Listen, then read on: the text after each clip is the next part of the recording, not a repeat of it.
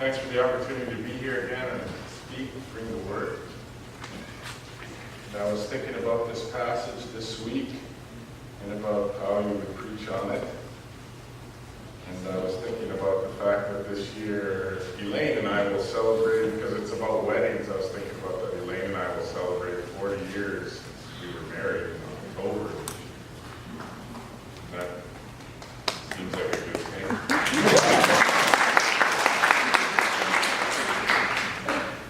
And it doesn't seem that long ago to me. I can still remember the day, what it was like, what Elaine was wearing. And I was thinking about the wedding because today's passage is the story of a sign that happens at a wedding. Celebration. So today, talk about signs and weddings and celebrations, because the world likes a good party. It's true, but not all parties are the same. Celebration is something that's sort of a lost art in religious circles. Think about it. At least where I've gone to church last while. Not necessarily here, but the idea in Canada was with religion was that you had to have proper piety. So most religion in Canada is kind of reduced to, to be more pious and better behaved, which is not really a good theme for partying. More pious or better behaved. In fact, I heard one preacher say that the definition of a Puritan is someone who's concerned that somewhere someone is having fun. So this kind of religion is, again, life becomes a routine. So that's kind of, sometimes we just like a good routine. Not a lot of celebration, good routine. Men are like that sometimes. Maybe just middle-aged men. Joe Aldred, I think it's Joe Aldred, in a book called Wild at Heart, that writes for many men their life is reduced to just making time until they die. Just routine. They become trapped in some kind of sad existence. Life just goes along. On the other hand, some people think that they can just create a really good experience or a party, and then life will not be so sad and boring. I think part of this is out of fear. People in the world are full of fear. In fact, you can just open any news app, and that's usually how they frame the headlines. Even something that's good news, they try to frame it that it's somehow something scary. Our neighbors next in the south of us, the leader there will do something crazy, or it'll be the threat that he's going to do something nuts, or some protest or something. It strikes fear in us. And so to avoid that sort of fear and boredom, we sort of kind of just try to do as many things as we can. So we're talking about celebration, where this is the glory of Christ Jesus revealed in this story. It's a celebration. And it's not just about wine, because whenever you're talking about these things, the world's always trying to produce some kinds of counterfeits of the true glory of Christ. It's a celebration of belief about something that happens. It's about a celebration. This is revealing of Jesus as the Messiah, the one who has come to free us from our prison of routine and rootlessness. This is the story about Jesus. He's come to bring the new wine of the kingdom. That's what the story is about. The glory of the living God to show us the way. This is the story of Jesus. And it's at a wedding, a pretty ordinary thing. One of the cool things about Indigenous understanding is that we believe that the whole world is sacred. The idea that's sometimes captured by a little word, Gitse could mean big or powerful. So the idea is that at any time, something powerful could happen. That's why this children's story is probably better than my sermon. It's the idea that something powerful could happen, some ordinary thing. So with this understanding, so we are always looking for something powerful. Because at any time, the Creator could do something powerful. At any time. At any time. And so Jesus and his mom walk into a wedding. Right? Sounds like a good joke. Jesus and his mom walk into a wedding. It's pretty ordinary stuff. As I was saying, people would come together and celebrate for a few days. In those days, weddings went for a few days. Well, I guess they go for a few days now, too. Have the rehearsal dinner the day before, and have all the family show up for several days. And then they stay for several days after, and there's a lot of cooking and stuff. And it's the same here. There's a wedding.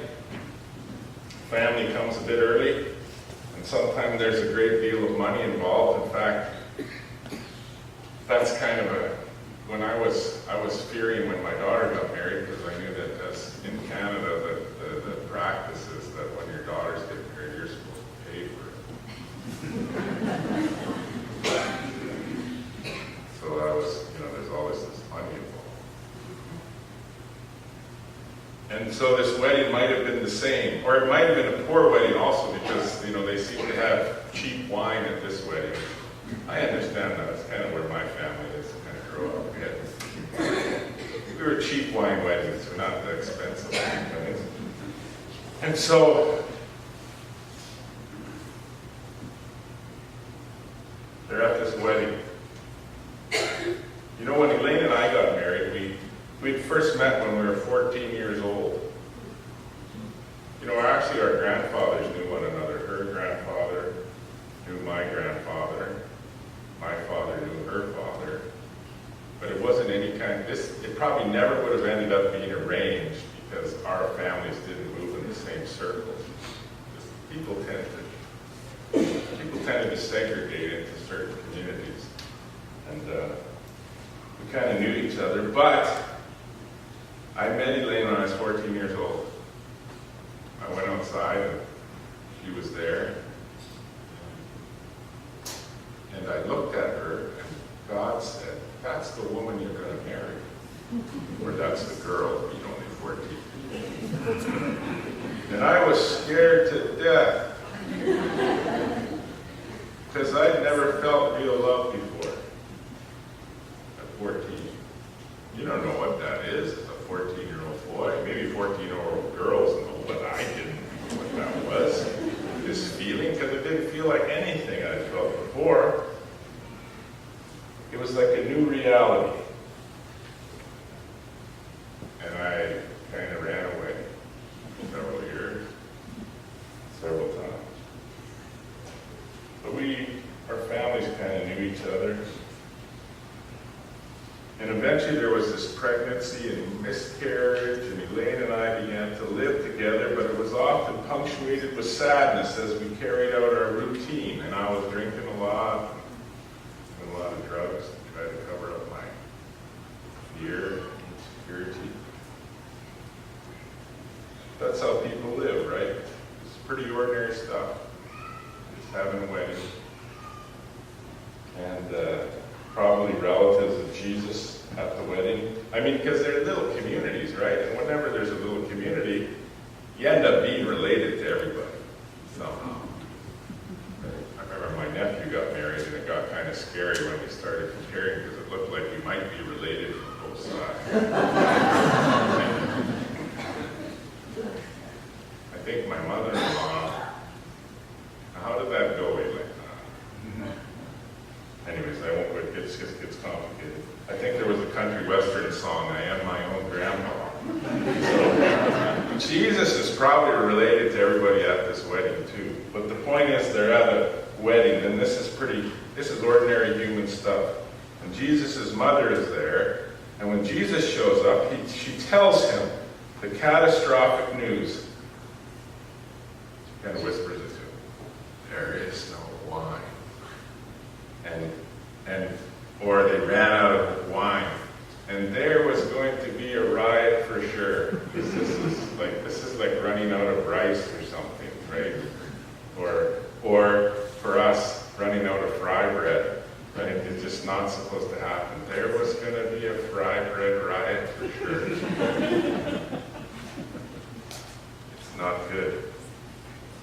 Well, not really. It's not really a catastrophe. That's kind of the irony of this story, is that this is just an ordinary thing.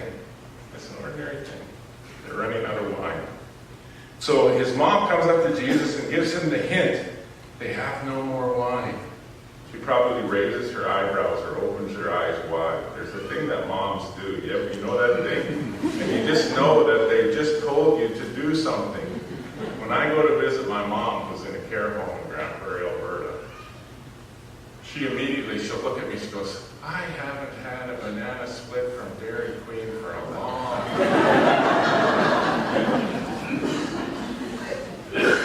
Which I immediately know means, go and get me a banana split. But she doesn't just say that. Maybe she's concerned that if I don't get the hint, then she won't have to say, oh, my son never brings me anything.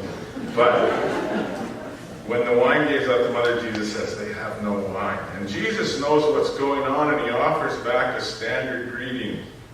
You know, it's kind of a term of endearment. He says, woman, what concern is that for you and me? My hour has not yet come. Not sure what this hour thing means here, except this, that John paints the picture. Jesus is the Word of God, and it says in the beginning was the Word. And he's not just with God, but he is God, and he is not running around, but he's not running around declaring he is the Messiah, because it's not yet time. Maybe he doesn't want to draw unnecessary attention to himself yet. It's not yet my time. Now later, I think John chapter 13, or is it 12, he says, for if I be lifted up, I will draw all to myself. Or if he's referring to when he's in the upper room about John chapter 16, I think, could be 15, when he says, the hour's come. The God of this world is coming. I don't know if that's what he's referring to. But he doesn't want to draw a lot of attention to himself. It's not the only time he does this. In John 6:15, the people want to take him by force. He's done another miracle. I think he's fed 5,000 people in the desert with food. And they want to take him by force and make him king. And he knows that, so he slips out.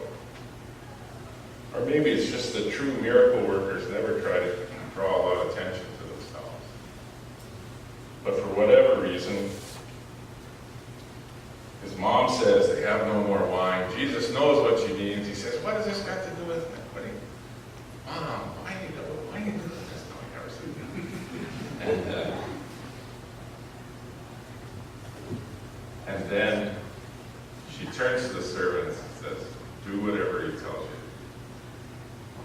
And so then he turns this water. Jesus tells the servant to fill up 6 large pots of water that are there for ceremonial washing.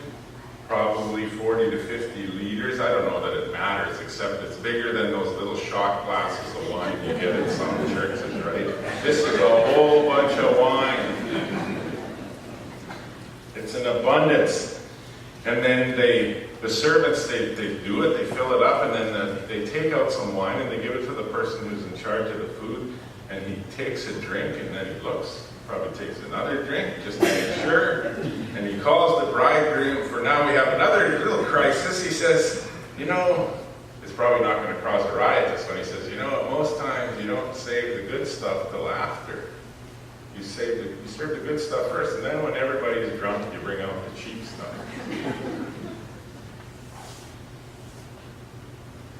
But the narrator fills in the mystery. It's kind of a cool thing that they do, actually. Because he says, the chief steward says to the bridegroom, what have you done?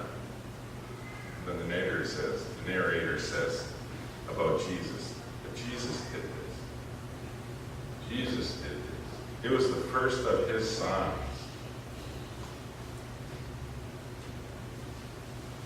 This had happened in Cana.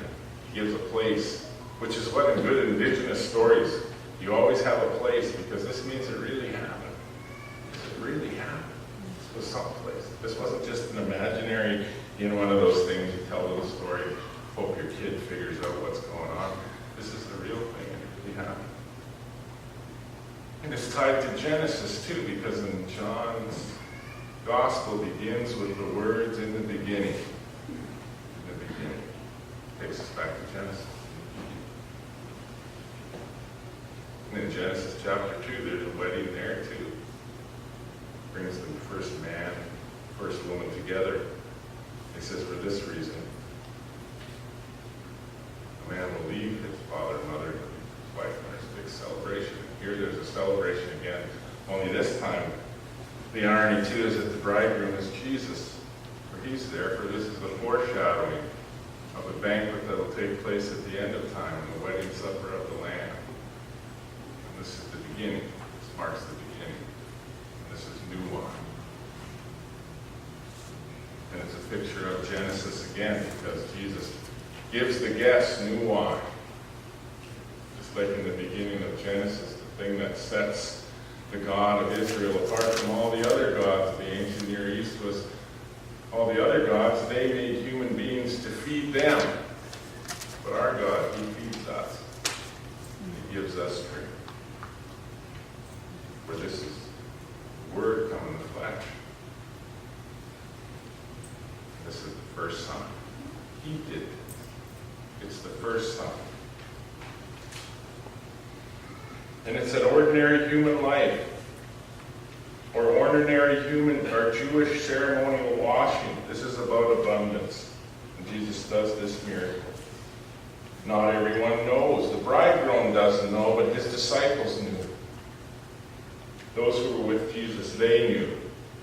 And again it harkens back to John 1:14, where the Word became flesh and dwelt among us, and we beheld his glory. We saw his glory.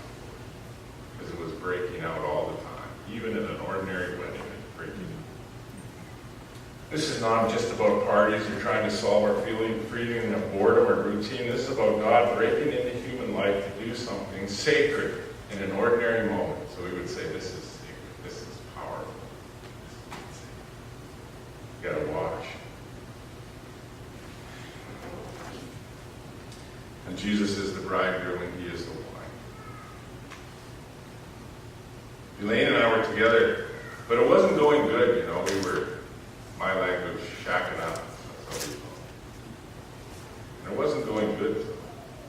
I was using more and more drugs and alcohol to try to keep the depression and really aimlessness or rootlessness away. I just wanted to be, you know, when I think back about it, I just truly wanted to be happy.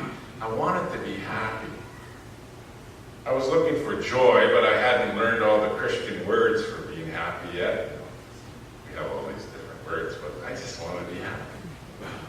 I was looking for joy, fullness of joy. But I didn't know that was what it was called. I was trapped and I was afraid because I was a bad man. You know, every night I'd go to bed and I'd say, now I lay me down to sleep. I pray the Lord my soul to keep. If I should die before I wake, I pray the Lord my soul to keep. It was sort of a desperation. You know, I'd been christened in the church, and I knew about faith, but it didn't seem like I had anything. I was pretty sure I'd go to hell. And this was when I was 19 years old. I was scared to death. And Elaine and I were living together. And part of it, too, is Elaine started to read the Bible. Now, it wasn't her fault, but I picked it up one day, you know, because I'd read when I was a kid, and I picked it up and I opened to Revelation, and I read there that they threw everybody into the lake of fire. And then I was really scared. And so I was using all this to numb the pain. But you know what changed me? Because I was partying all the time, but never celebrating. What changed me is I looked at my brother's life. My oldest brother stopped partying with us a few years. He had this fullness of joy. And I just thought, man, I want to be like that. In fact, one day he told me about Jesus and read to me from the Bible, and I believed, where I was given the gift of belief, because somehow it was tied to the miracle of Jesus. And I responded to this faith. And the next day, Elaine had this moving religious experience as well.